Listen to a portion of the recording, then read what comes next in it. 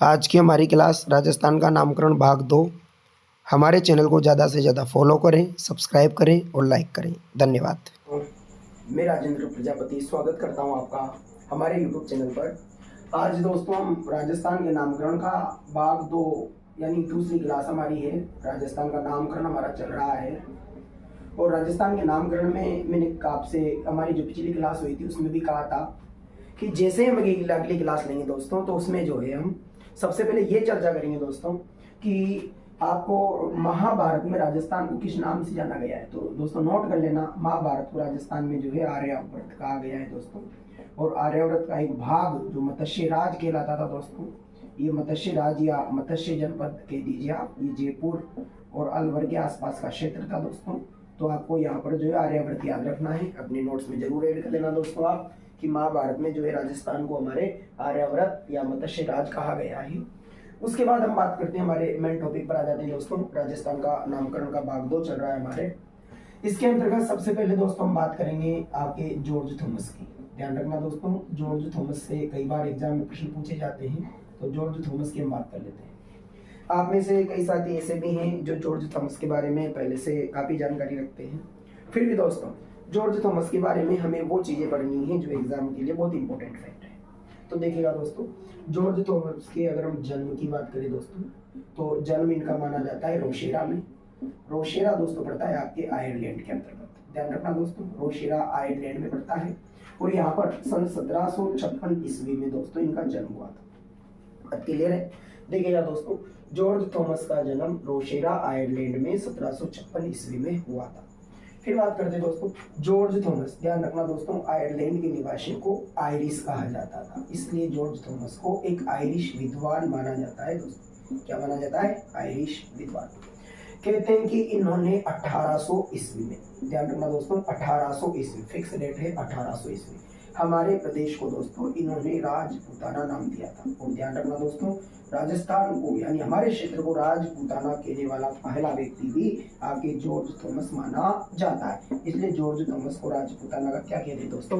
जनक। क्या कहते हैं दोस्तों? जनक। तो आपको याद रखना है कि जॉर्ज थॉमस एक आयरिश विद्वान था। इन्होंने 1800 ईस्वी में राजपूताना शब्द सर्वप्रथम दिया था, इसलिए राजपूताना शब्द के जनक हमारे कौन माने जाते हैं दोस्तों? जॉर्ज थॉमस माने जाते हैं।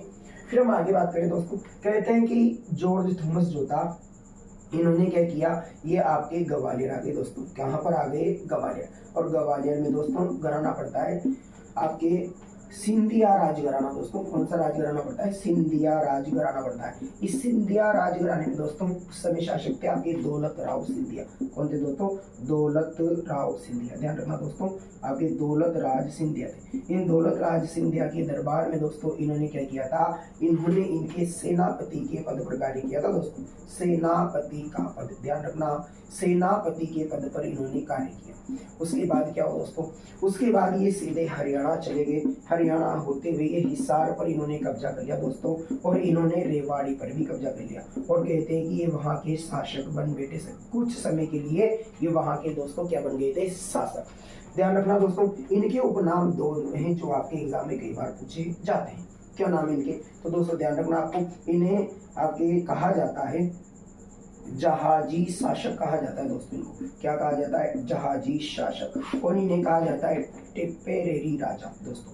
टिप्पेरेरी राजा, टिप्पेरेरी राजा कह दो या जहाजी शासक कह दो, बात एक ही है दोस्तों। और एक और भी नाम है दोस्तों, इन्हें कहा जाता है जहाजी जंग साहिबान दोस्तों। जहाजी जंग साहिबान के नाम से भी इन्हें जाना जाता है दोस्तों। ये आपके सारे नाम जो मैंने लिखे, जहाजी शासक, टिप्पेरेरी राजा और जहाजी जंग साहिबान के नाम से दोस्तों आपके जॉर्ज थॉमस को ही जाना जाता है दोस्तों। अगर हम बात करें कि राजस्थान में यानी राजपूताने में सबसे पहले जॉर्ज थॉमस कहाँ पर आए, तो दोस्तों ध्यान रखना आपके शेखावाटी में आए दोस्तों। कहाँ पर आए? शेखावाटी में। ये भी आपको ध्यान रखना है। आपको आपके एग्जाम में प्रश्न है, काफी इंपोर्टेंट प्रश्न होने वाला दोस्तों। अरे स्टार लगा लेना, आपसे पूछेगा कि जॉर्ज थॉमस राजपूताने में सर्वप्रथम कहाँ पर आए थे, तो आपका जो उत्तर है दोस्तों वो शेखावाटी होगा।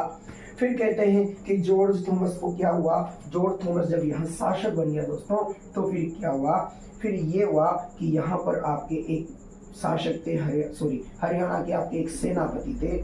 उन सेनापति का नाम था साहिब राज। इन्होंने क्या किया दोस्तों, इन्होंने जॉर्ज थॉमस को हरा दिया। इनके सभी अस्त्र शस्त्र छुड़ा लिए और इनकी जितनी भी छावनियां थी उन सब पर क्या कर लिया, कब्जा। उससे क्या हुआ दोस्तों, जॉर्ज थॉमस जो था एक सामान्य व्यक्ति की तरह जीने लगा। उसके बाद क्या हुआ, फिर इन्हें एक व्यक्ति मिला, उनका नाम था दोस्तों विलियम फ्रैंकलिन। क्या नाम था दोस्तों, विलियम फ्रैंकलिन। विलियम फ्रैंकलिन ने क्या किया दोस्तों, विलियम फ्रैंकलिन को जॉर्ज थॉमस ने अपनी पूरी बात बता दी कि मैंने इस तरीके से ऐसे ऐसे जो है अपनी जीवन गाथा को या अपने जीवन काल को बिताया है। तो दोस्तों क्या हुआ, विलियम फ्रैंकलिन ने 1805 में एक किताब लिखी। 1805 ईस्वी में एक किताब लिखी जिसका नाम था द मिलिट्री मिमायर्स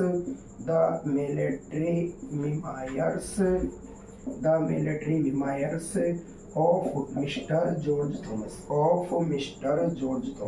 ये बुक का नाम आपको देखो दोस्तों, ध्यान रखना है दोस्तों, the military memoirs of mister George Thomas. ये जॉर्ज थॉमस ने क्या लिख दी दोस्तों, किताब लिख दी। इस किताब में ही पहली बार आपको जो है ये राजपूताना शब्द लिखित रूप में मिला है दोस्तों। तो ये भी आपको इनफैक्ट डाटा याद रखना है कि विलियम फ्रैंकलिन जो कि आपके जॉर्ज थॉमस का क्या था दोस्तों, मित्र था। इन्होंने 1805 में किताब लिखी थी the military memoirs of mister George Thomas. उस किताब में दोस्तों पहली बार राजपूताना शब्द के लिखित रूप में सामने आया था। तो ये भी डाटा आपको ध्यान रखना है। उसके बाद क्या हुआ दोस्तों, अरे 1802 आ गया दोस्तों। 1802 ईस्वी में क्या हुआ दोस्तों, जगह पड़ती है बहरामपुर। कौन सी जगह पड़ती है, बहरामपुर दोस्तों, ये पश्चिमी बंगाल में पड़ती है। इस पश्चिम बंगाल में बहरामपुर में क्या हुआ दोस्तों, अरे बुखार आ जाने के कारण, क्या आ जाने के कारण दोस्तों, बुखार आ जाने के कारण जॉर्ज थॉमस की क्या हो गई दोस्तों, मृत्यु हो गई। और हमारा एक यानी हम कहें कि बहुत बड़ा जो रत्न था वो देश ने खो दिया, जॉर्ज थॉमस। तो जॉर्ज थॉमस के बारे में जो प्रश्न बनते हैं दोस्तों वो सब आपके सामने हैं। कई बार यहाँ से एग्जाम के अंदर कई तरीके से किसी भी प्रश्न को कैसे भी जोड़ तोड़ के दोस्तों एग्जाम में पूछ लिया जाता है। तो हमारे सामने जो हमने डाटा लिखा है दोस्तों वो आपको जो है हम एक बार रिपीट करवा देते हैं। तो हम पढ़ रहे हैं दोस्तों राजस्थान के नामकरण का भाग 2 पढ़ रहे हैं दोस्तों। राजस्थान के नामकरण का भाग 2 पढ़ रहे हैं। उसमें हम बात कर रहे हैं जॉर्ज थॉमस की।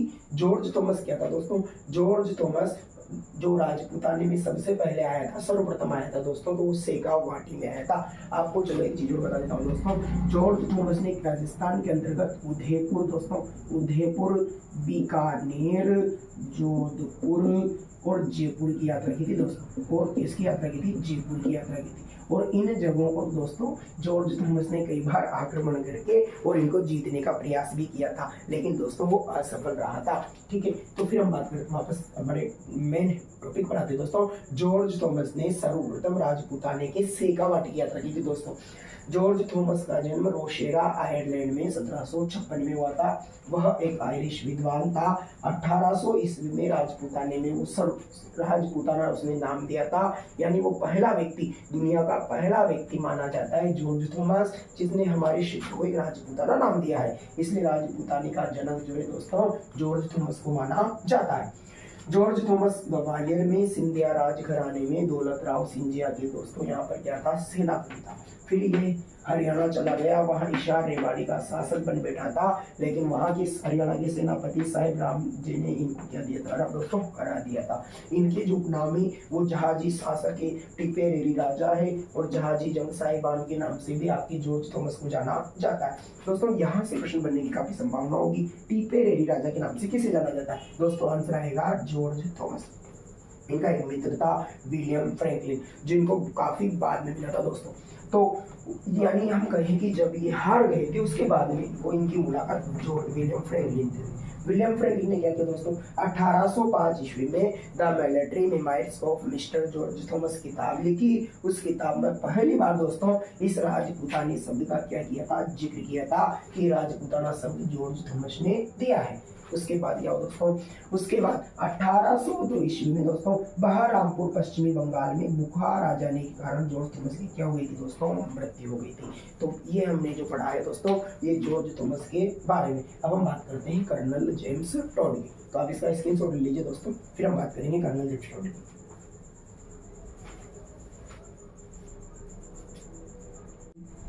ठीक है, आप कमेंट बॉक्स में हमें ज़रूर बताएं दोस्तों कि आपको जॉर्ज थॉमस की जानकारी कैसे लगी।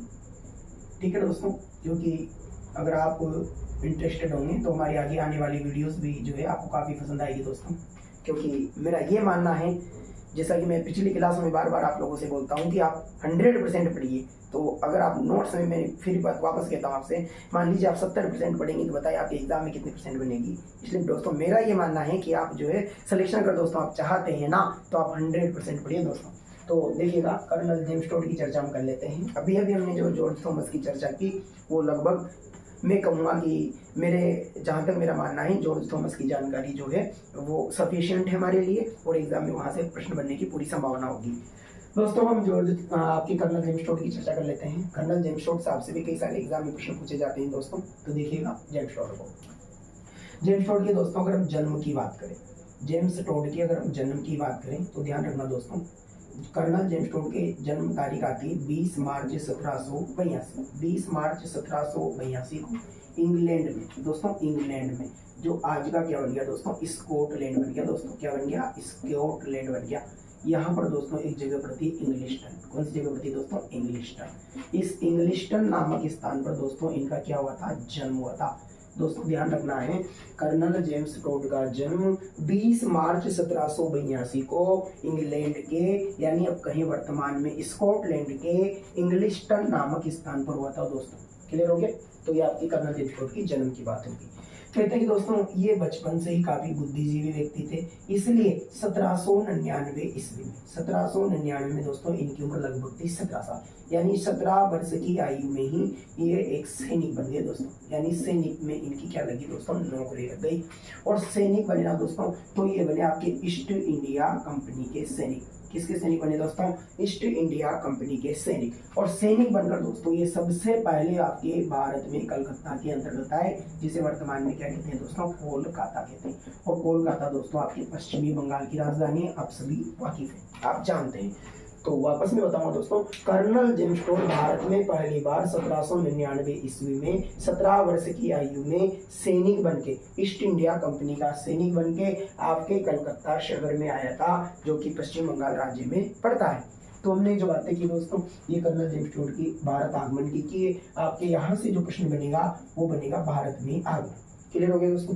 फिर कहते हैं कि कर्नल जेम्स टोड पहली बार सैनिक के रूप में ही, जब वो सैनिक हुआ करते थे उस समय 1805 ईस्वी में पहली बार उदयपुर रियासत में आए दोस्तों। उदयपुर को कहते हैं दोस्तों मेवाड़ रियासत। कौन सी रियासत कहते हैं दोस्तों? मेवाड़ रियासत कहते हैं। और इस मेवाड़ रियासत में कर्नल जेम्स टोड पहली बार आपके आए। और उस समय मेवाड़ का जो शासक था ना दोस्तों, उनका नाम आता है राणा भीम सिंह। दोस्तों क्या नाम आता है? राणा भीम सिंह नाम आता है दोस्तों।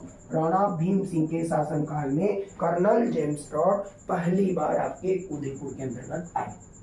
अब यहाँ से आपको उदयपुर कह दे, मेवाड़ कह दे दोस्तों, बात एक ही है।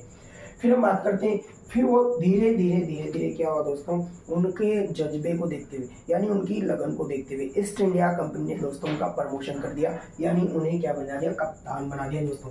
फिर कप्तान से हम सीधी सी बात करें तो 1818 से लेके दोस्तों 1821 तक वो आपके पॉलिटिकल एजेंट बना दिए गए दोस्तों। क्या बना दिए? पॉलिटिकल एजेंट बना दिए। और पॉलिटिकल एजेंट की बात करें, यानी पीए की बात करें, तो उन्होंने पूरे जो पॉलिटिकल एजेंट दोस्तों बनाया गया वो 1818 से 1821 तक पॉलिटिकल एजेंट पद पर रहे दोस्तों। और वो हमारे राजस्थान में रहे, द पश्चिमी राजपूताना स्टेट के पॉलिटिकल एजेंट। द पश्चिमी राजपूताना स्टेट, यहाँ के दोस्तों वो पॉलिटिकल एजेंट रहे।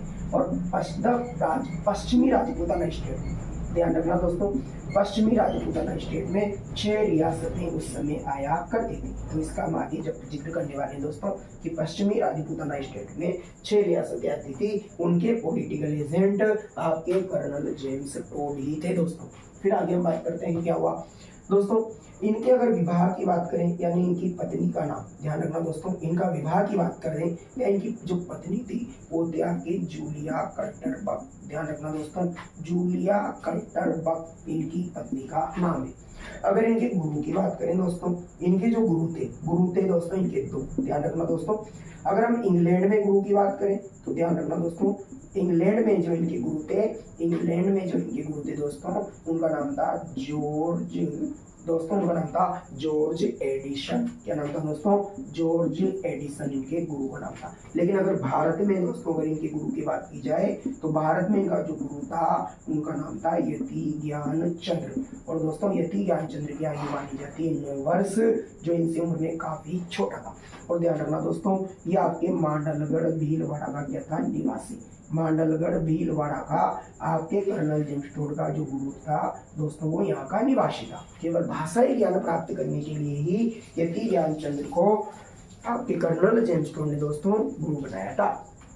फिर कहते हैं दोस्तों कि कर्नल जेम्स टोड ने क्या किया और भी इसके अलावा कर्नल जेम्स टोड ने दोस्तों राजस्थान में रहते हुए 2 किताबें लिखी है दोस्तों, 2 पुस्तकें इन्होंने लिखी है। अगर दोनों पुस्तकों की बात की जाए तो कहते हैं कि उनको वो भाग 2 हैं दोस्तों, 2 किताबें नहीं वो 2 भाग हैं। तो पहला भाग आता है दोस्तों उसका नाम आता है the annals and antiquities of Rajasthan. The annals and antiquities of Rajasthan, ये हमें पूरा डिटेल से पढ़ना है दोस्तों। The annals and antiquities of Rajasthan, ठीक है। इसी किताब का उपनाम की बात करें दोस्तों, the annals and antiquities of Rajasthan के अगर उपनाम की बात करें, इसका एक और भी नाम आता है दोस्तों द सेंट्रल एंड वेस्टर्न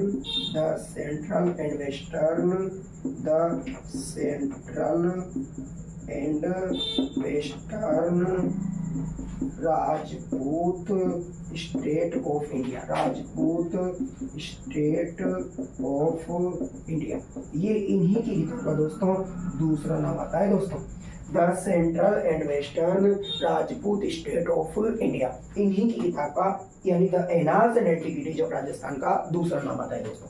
एक चीज और ध्यान रखना दोस्तों, ये जो किताब है दोस्तों ये 1829 ईस्वी में प्रकाशित हुई है। और इसकी पूरी जानकारी कि इस किताब में पहली बार दुनिया में आपको राजस्थान शब्द मिला है। इसकी और भी काफी सारी जानकारी दोस्तों कि राजस्थान को रजवाड़ा और राजस्थान भी कहा गया है, ये सब कुछ हम इसमें पढ़ने वाले हैं दोस्तों आगे। लेकिन आपको इसमें ध्यान रखना है कि the annals and antiquities of Rajasthan colonel James Tod की किताब है जो 1829 में प्रकाशित हुई है। और उसी किताब का दूसरा नाम the central and western Rajput state of India है। अगर हम इसके भाग सेकंड की बात करें दोस्तों, तो भाग सेकंड की जो नाम आता है वो आता है आपके the journey of western India. The journey of western India, दोस्तों हम यूं कहें कि पश्चिमी भारत की यात्रा, the journey of western India, यानी हम कहें पश्चिमी भारत की यात्रा जो 1839 ईस्वी में प्रकाशित हुई है दोस्तों, यानी पश्चिमी भारत की यात्रा में इसे कह सकते हैं, पश्चिमी भारत की यात्रा हम इसे कह सकते हैं दोस्तों। तो ये 2 कर्नल जेम्स टोड की एक किताब के 2 भाग हैं जो हमने हमने देख लिए हैं। कहते हैं दोस्तों कर्नल जेम्स टोड के पास 2 घोड़े हुआ करते थे दोस्तों। कर्नल जेम्स टोड के पास 2 घोड़े हुआ करते थे, एक का नाम था बलराज और दूसरे का नाम था दोस्तों जावड़िया।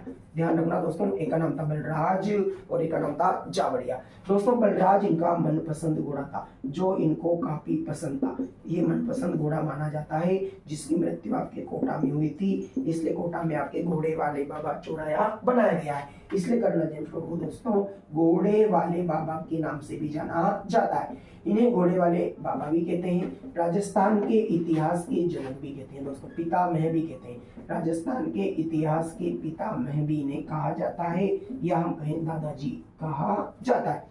और दोस्तों जो जावड़िया घोड़ा था ना, बलराज तो इनका मनपसंद घोड़ा था, उससे इन्होंने राजपूताने की कई रियासतों में यात्रा भ्रमण की है दोस्तों। जबकि जावड़िया घोड़ा इनके पास गुजरात में रहा करता था, यानी गुजरात की यात्रा के समय ये जावड़िया घोड़े का उपयोग करते थे।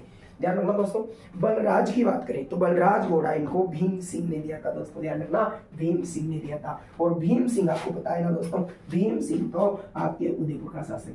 भीम सिंह ने क्या किया था, कर्नल जेम्स टोड से प्रभावित होकर दोस्तों बोरावास नामक स्थान पर बोरावास का नाम ही परिवर्तित कर दिया था दोस्तों, और इसका नाम रख दिया था टोडगढ़। क्या रख दिया था दोस्तों, टोडगढ़।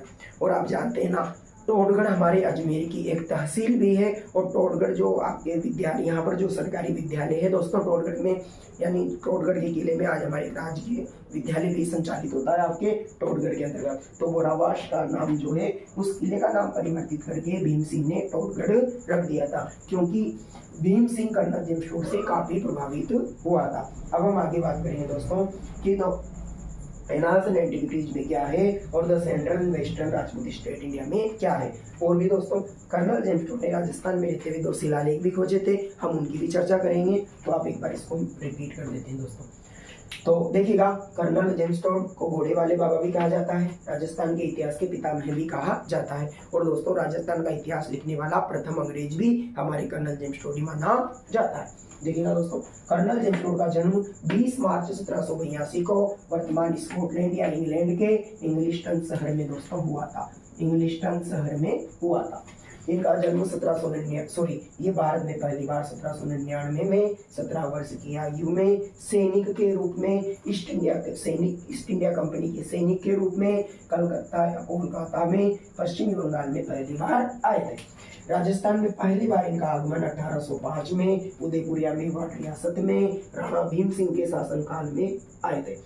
भीम सिंह ने गोरावास का नाम परिवर्तित करके टोडगढ़ कर दिया था। 1818 से 1821 तक ये राजस्थान में पॉलिटिकल एजेंट पद पर रहे थे और ये थे पश्चिमी राजपूताना स्टेट के पॉलिटिकल एजेंट, जिसमें कितनी रियासतें आती थी दोस्तों? 6। आगे उनकी चर्चा करेंगे। इनकी पत्नी का नाम जूलिया कल्टर बक था।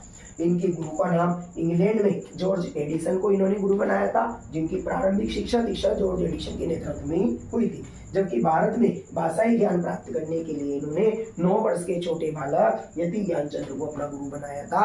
और दोस्तों मानवगढ़ भीलवाड़ा का ही रहने वाला था। उन्हीं को इन्होंने अपनी पहली किताब भी दोस्तों क्या की थी? समर्पित की थी दोस्तों। बाकी ये सब आगे चर्चा करने वाले हैं। बाकी ये प्रश्न आपके रीट में पूछा हुआ है दोस्तों, ध्यान रखना। The annals and antiquities of Rajasthan colonel James Tod ने किसे समर्पित की दोस्तों? तो ध्यान रखना, अपने गुरु को, अपना गुरु यानी यति ज्ञानचंद्र को।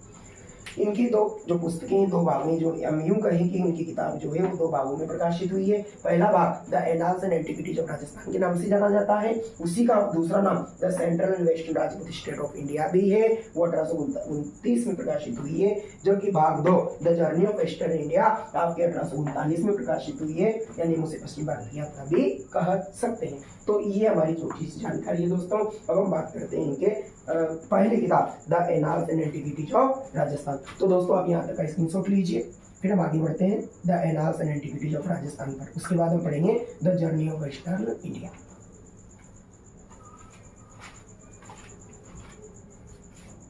हम कर्नल जेम्स टोड की पहली पुस्तक की बात कर लेते हैं। पहली पुस्तक देखिएगा दोस्तों, पहली पुस्तक। तो पहली पुस्तक के दोस्तों यानी भाग 1 की हम बात कर रहे हैं। भाग 1 की हम बात कर रहे हैं। अगर दोस्तों हम भाग 1 के नाम की बात करें तो इसे कहा जाता है द एनाल्स।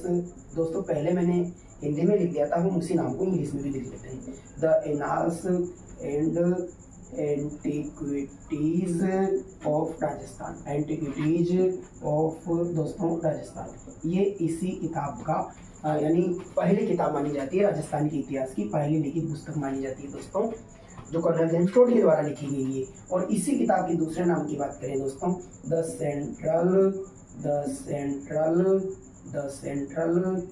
एंड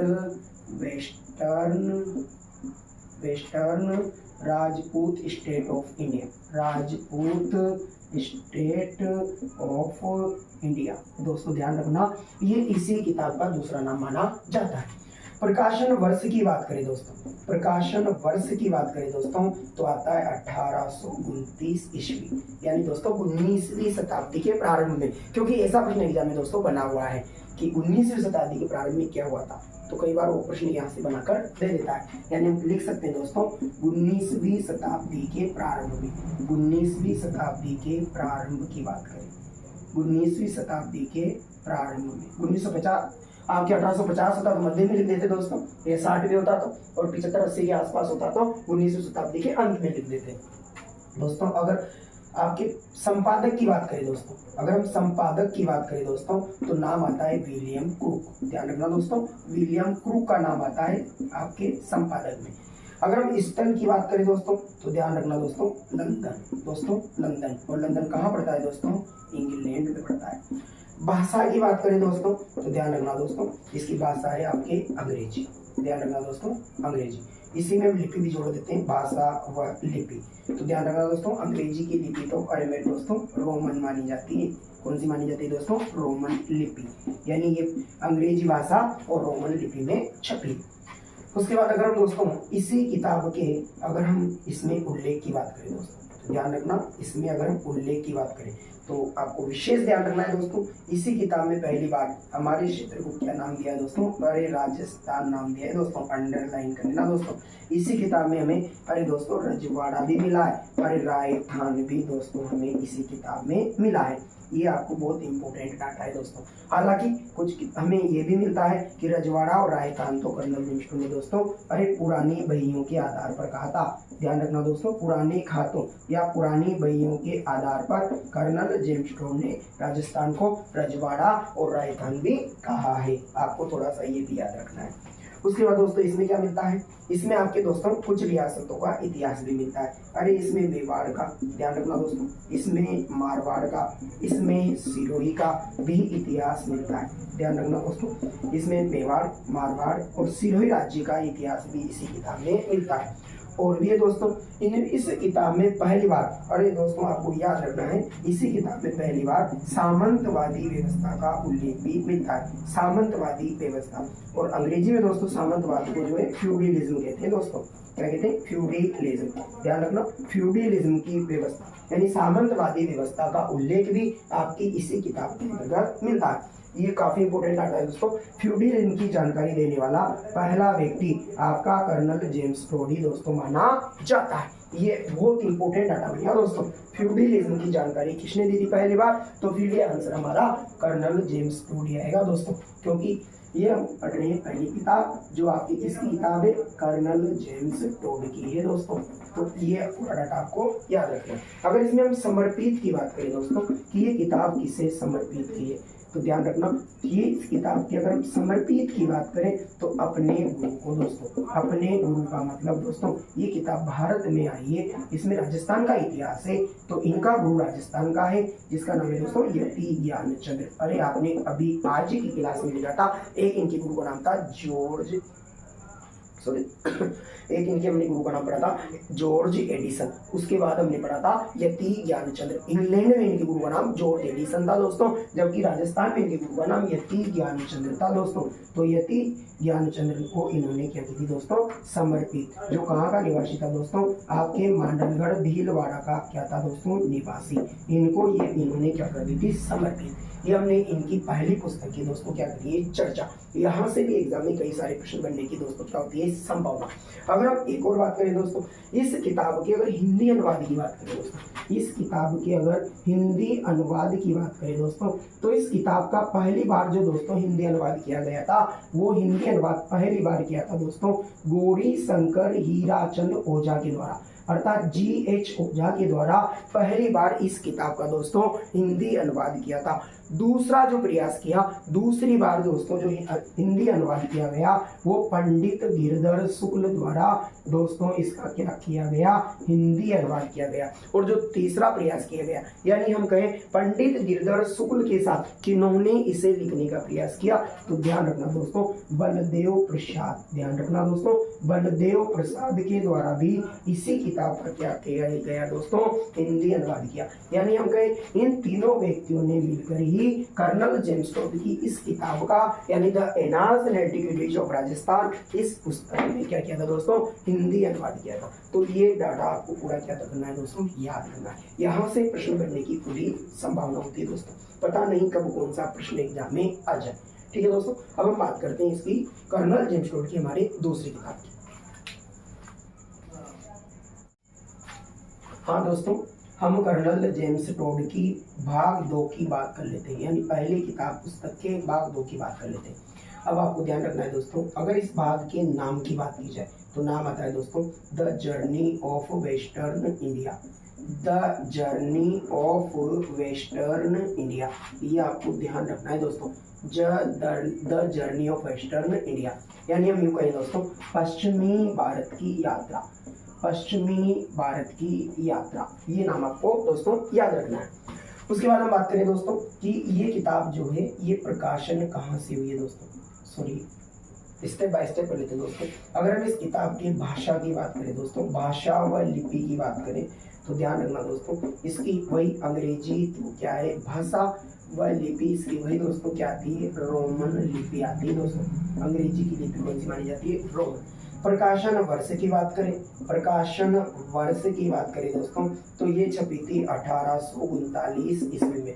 एक चीज आपको दोस्तों ध्यान रखनी है, कर्नल जेम्स टोड की मृत्यु तो, अरे दोस्तों कर्नल जेम्स टोड की मृत्यु तो आपके 1835 ईस्वी में ही हो चुकी थी। यानी ये पुस्तक इनके मरने के दोस्तों देखिए 1835 के बाद में 1839 में किताब दोस्तों छप रही, और इसमें भी तारीख का अगर हम जिक्र करें दोस्तों तो 18 नवंबर 1835, और वही इनके इंग्लिस्टन शहर में इनकी क्या हुई दोस्तों मृत्यु हो गई थी। यानी इनके घर पर ही इनकी क्या हुई थी मृत्यु। तो प्रकाशन वर्ष जो है इसका 1839 आता है। प्रकाशनकर्ता की बात करें दोस्तों, प्रकाशनकर्ता की बात करें तो इनकी पत्नी द्वारा यानी जूलिया कल्टर बक आती है दोस्तों, जूलिया कल्टर बक, ध्यान रखना दोस्तों। अगर हम प्रकाशन स्थल की बात करें तो ये आपकी छपी थी मुंबई से दोस्तों, मुंबई का मतलब हो गया दोस्तों महाराष्ट्र, और इसका मतलब हो गया दोस्तों भारत से ये पुस्तक जो है प्रकाशित हुई। उसके बाद दोस्तों इस किताब में अगर हम बात करें कि ये समर्पित किसको की है दोस्तों, तो ध्यान आपको रखना है, अरे विलियम हंटर को ये हमने क्या किए समर्पित किए दोस्तों। विलियम हंटर कौन थे दोस्तों, अरे तत्कालीन भारत के क्या थे दोस्तों गवर्नर जनरल, तत्कालीन भारत के गवर्नर जनरल माने जाते, गवर्नर जनरल आपके कौन थे विलियम हंटर थे दोस्तों। अगर हम इसमें उल्लेख की बात करें दोस्तों कि इसमें किसका उल्लेख मिलता है, तो नाम से ही पता चला दोस्तों the journey of western India, यानी पश्चिमी भारत की यात्रा। तो आपको इसमें ये ध्यान रखना है दोस्तों, ये इस किताब में मेवाड़ से दोस्तों, मेवाड़ यानी उदयपुर से दोस्तों मांडवी गुजरात तक की यात्रा का वर्णन मिलता है, मांडवी गुजरात तक की यात्रा का वर्णन मिलता है। मेवाड़ से मांडवी गुजरात तक की यात्रा का इसमें दोस्तों वर्णन मिलता है, ये बहुत इंपॉर्टेंट है। ये पहला व्यक्ति था दोस्तों जिसे छोड़ने के लिए राजस्थान राजपूताने के हजारों लोग उस समय दोस्तों मेवाड़ से और मांडवी गुजरात तक पैदल गए थे घोड़े के पीछे पीछे। ये देखने वाला दृश्य था दोस्तों, एक घोड़े के पीछे जो है हजारों तादाद में लोग जो है रोते हुए अपने आंसू को बहाते हुए दोस्तों आगे बढ़ रहे थे। एक ये विचारने बिंदु था कि कर्नल जेम्स टोड जो था वो कितना अच्छा व्यक्तित्व रहा होगा हमारे राजस्थान के लिए। अरे जो व्यक्ति अपनी तनख्वाह में से, मैंने सुना है दोस्तों कहीं न कहीं कि जो व्यक्ति अपनी तनख्वाह में से भी गरीब लोगों की, गरीब जो किसान थे उनकी पुत्रियों के विवाह के लिए जो पैसे दे देता था दोस्तों, वो एक कितना बड़ा व्यक्तित्व रहा होगा राजस्थान में। तभी तो हमने उन्हें राजस्थान के इतिहास का पितामह कहा है। बताइए दोस्तों, फिर हम बात करते हैं कि इस किताब का हिंदी अनुवाद किसने किया है दोस्तों। अगर हम हिंदी अनुवाद की बात करें तो ध्यान रखना दोस्तों मुंशी देवी प्रसाद, मुंशी देवी प्रसाद, ये नाम बहुत इंपॉर्टेंट है दोस्तों। मुंशी देवी प्रसाद ने इस किताब का पहली बार दोस्तों हिंदी अनुवाद किया था, जबकि वहां पर आपके तीन व्यक्तियों के नाम हमने लिखे थे दोस्तों। पहला नाम लिखा था हमने G.H. चौधा, दूसरा नाम लिखा था हमने पंडित गिरधर शुक्ल, तीसरा नाम लिखा था हमने बलदेव प्रसाद, जबकि इसमें आपके मुंशी देवी प्रसाद का नाम बहुत इंपॉर्टेंट है दोस्तों। मुंशी देवी प्रसाद ने इसका क्या कर दिया था हिंदी अनुवाद। तो आपने ये जो देखा है दोस्तों, ये आपके कर्नल जेम्स टोड के उस किताब का भाग 2 है, और इसी में से भी कई बार एग्जाम में प्रश्न पूछ लिए जाते हैं। तो हम इसे एक बार वापस कर देते हैं रिपीट। कर्नल जेम्स टोड की दूसरी किताब का जो पहली किताब का जो भाग 2 था उसे the journey of western India के नाम से भी जाना जाता है, जिसे हिंदी में पश्चिमी भारत की यात्रा भी कहते हैं। ये अंग्रेजी व रोमन लिपि में है, ये 1839 में प्रकाशित हुआ है। जूलिया कल्टरबर्ग जो कर्नल जेम्स टोड की दोस्तों क्या है पत्नी, केजेटी की पत्नी के द्वारा इसे क्या करवाया गया है प्रकाशित। ये मुंबई महाराष्ट्र यानी भारत से प्रकाशित होने वाली किताब है। ये विलियम हंटर को समर्पित है जो तत्कालीन भारत के क्या है दोस्तों गवर्नर जनरल। जबकि वो किताब दोस्तों कर्नल जेम्स टोड ने the annals and antiquity of Rajasthan जो किताब थी दोस्तों, वो कर्नल जेम्स टोड ने अपने गुरु यति ज्ञानचंद्र को दोस्तों समर्पित की थी। जबकि जॉर्ज एडिसन जो था वो उनका इंग्लैंड में गुरु था, हमने लिखा भी था। इस किताब के अंदर जो उल्लेख मिलता है दोस्तों, वो मेवाड़ से मांडवी गुजरात की यात्रा का क्या मिलता है उल्लेख मिलता है। इस किताब में अगर हिंदी अनुवाद की बात करें तो मुंशी देवी प्रसाद और एक और दोस्तों ज्वाला प्रसाद जिज्ञासु, ध्यान रखना दोस्तों, ज्वाला प्रसाद जिज्ञासु, इन दोनों व्यक्तियों ने जो है दोस्तों इस किताब का क्या किया था, हिंदी अनुवाद, जबकि वहां पर हमने 3 नाम लिखे थे। तो ये आपकी कर्नल जेम्स टोड की वो किताब हो गई, भाग 2 आपकी कंप्लीट। यहाँ से काफी सारे प्रश्न दोस्तों एग्जाम में बनते हैं, तो आप इसका लीजिए स्क्रीनशॉट। उसके बाद हम बात करते हैं दोस्तों, कर्नल जेम्स टोड ने राजस्थान में रहते हुए 2 शिलालेख भी खोजे थे। वो 2 शिलालेख कौन कौन से थे और उन शिलालेखों में क्या क्या मिलता है और कर्नल जेम्स टोड की अधिक जानकारी क्या है उसकी हम चर्चा करने वाले हैं। तो लीजिए आप इसका स्क्रीनशॉट। हाँ दोस्तों, हम कर्नल जेम्स टोड के 2 शिलालेखों की बात कर लेते हैं। कर्नल जेम्स टोड के द्वारा खोजे गए शिलालेख, दोस्तों खोजे गए शिलालेख, ध्यान रखना दोस्तों, कर्नल जेम्स द्वारा जो 2 शिलालेख खोजे गए थे हम उसकी चर्चा करने वाले हैं। तो ध्यान रखना दोस्तों, मेरे कुछ साथी कह रहे हैं कि sir the journey of western India को the western journey of India भी कहा जाता है। बेशक the travels of western India भी उसी किताब को कहा जाता है, बात ये कि आप निश्चिंत रहें। तो हम बात कर रहे थे कर्नल जेम्स टोड के खोजे गए दोस्तों शिलालेखों की। तो ध्यान रखना दोस्तों, कर्नल जेम्स टोड ने भारत में रहते हुए या राजपूताने में रहते हुए 2 शिलालेख खोजे थे। या हम कहें भारत में रहते हुए 2 शिलालेख खोजे थे। पहला शिलालेख आता है दोस्तों मौर्य राजा अशोक के गिरनार का शिलालेख। ध्यान रखना दोस्तों, मौर्य राजा अशोक के गिरनार का शिलालेख। ध्यान रखना दोस्तों, मौर्य राजा अशोक के गिरनार का शिलालेख। ये शिलालेख दोस्तों इनको गुजरात से मिला है। कहाँ से मिला है दोस्तों? गुजरात से मिला है। इस शिलालेख को ये अपने साथ लंदन लेकर गए थे, यानी इंग्लैंड लेकर गए थे दोस्तों। यानी हम कहें ये लंदन संग्रहालय में रखा हुआ है दोस्तों। वर्तमान में यह लंदन संग्रहालय में क्या हुआ है, रखा हुआ है दोस्तों। तो ये मौर्य राजा अशोक का है। और अशोक के अधिकांश शिलालेख आपको पता है ना दोस्तों, खरोष्ट या ब्राह्मी लिपि में, ये आपको पहले से पता है। दूसरे शिलालेख की बात करें दोस्तों तो मानमोरी का शिलालेख। मानमोरी का शिलालेख, ये तो आपको पता है ना दोस्तों, गुहिल वंश के शासक बप्पा रावल ने जिसे पराजित किया था वो मानमोरी था। ये दोस्तों शिलालेख इनको मिला है चित्तौड़गढ़ से।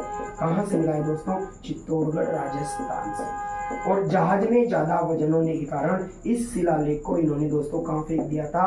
समुद्र में फेंक दिया था दोस्तों। अर्थात ये शिलालेख जो है अरब सागर में है दोस्तों। कहाँ पर है? अरब सागर में है, ये ध्यान रखना है आपको। अर्थात ये शिलालेख दोस्तों अप्रत्यक्ष रूप से विद्यमान है दोस्तों, जबकि प्रत्यक्ष रूप से विद्यमान तो आपका गिरनार का शिलालेख माना जाता है। तो ये कर्नल जेम्स टोड के द्वारा खोजे गए 2 शिलालेख हैं। एक बहुत बड़ी विभूति हमारे राजस्थान में आई है, वो थी दोस्तों आपके कर्नल जेम्स टोड। ये राजस्थान के नामकरण में हमने 2 व्यक्तियों की चर्चा की आज, जॉर्ज थॉमस और कर्नल जेम्स टोड। कल के राजस्थान के नामकरण की तीसरी क्लास हमारी होगी, उसमें हम ये चर्चा करेंगे दोस्तों कि अन्य नाम जो है हमें कहाँ कहाँ से और कैसे कैसे नाम मिलेंगे। एक बार मैं इसे दोबारा रिपीट कर देता हूँ। कर्नल जेम्स टोड द्वारा खोजी गई शिलालेख दोस्तों हम कह रहे हैं। भारत में रहते हुए कर्नल जेम्स टोड ने 2 शिलालेख खोजे हैं। पहला मौर्य राजा अशोक के गिरनार का शिलालेख जो गुजरात से मिला है, प्रत्यक्ष रूप से है, लंदन इंग्लैंड से लेकर गया था, वर्तमान में लंदन संग्रहालय इंग्लैंड में रखा हुआ है। दूसरा मानमोरी का शिलालेख जो चित्तौड़गढ़ राजस्थान से मिला है, ये समुद्र में फेंक दिया था क्योंकि जहाज में ज्यादा वजन था और ये अरब सागर में रखा हुआ है। कर्नल जेम्स टोड के बारे में 2-4 चीजें और भी है दोस्तों जो हमें कई बार मिल जाती है। जैसे कि हम कहें कि कर्नल जेम्स टोड ने राजस्थान में रहते हुए गीता के 10,000 श्लोकों का दोस्तों 10,000 श्लोकों का संस्कृत से दोस्तों संस्कृत से अंग्रेजी क्या कर दिया था? अनुवाद कर दिया था दोस्तों। और बाकी अपने साथ हजारों किताबें अपने साथ, हजारों ग्रंथ अपने साथ ये लेकर गया था दोस्तों। कई सारे छोटे मोटे ताम्रपत्र भी अपने साथ ये लेकर गया था दोस्तों। ताम्रपत्र भी अपने साथ ये लेकर गया था। कर्नल जेम्स टोड जब इंग्लैंड गया था दोस्तों, मेवाड़ से मांडवी गुजरात की यात्रा के बाद, तो वो मांडवी से सीधा लंदन चला गया था। तो वो हजारों ग्रंथ, ताम्रपत्र और कई शिलालेख भी छोटे छोटे अपने साथ लेकर गया था। उनमें ध्यान रखना दोस्तों, गीता के 10,000 श्लोकों का आपके संस्कृत से अंग्रेजी जनवास भी कर दिया था। यानी हम कहें कि एक ऐसा अनुसंधानकर्ता जो दिन रात किताबों में डूबा रहता हो, वो हमारे देश में, हमारे राजस्थान के अंदर भी रहकर गया है। और हमने बात की थी दोस्तों कि कर्नल जेम्सफोर्ड पश्चिमी राजपूताना स्टेट का पॉलिटिकल एजेंट था दोस्तों। तो उन पश्चिमी राजपूताना स्टेट में आपकी सिरोही, मेवाड़, मारवाड़ और हाड़ौती, आपके कोटा, बूंदी और उस फिर आगे चलो भीलवाड़ा और शाहपुरा, ये 6 रियासतें उस समय आया करती थी। तो आपको ध्यान रखना है दोस्तों कि ये 2 शिलालेख भी कर्नल जेम्सफोर्ड हमारे राजस्थान में रहते हुए खोजे हैं। तो इस तरीके से दोस्तों ये हमारे नामकरण की दूसरी क्लास संपन्न हुई। अब हम मिलेंगे कल नामकरण की तीसरी क्लास में। धन्यवाद दोस्तों।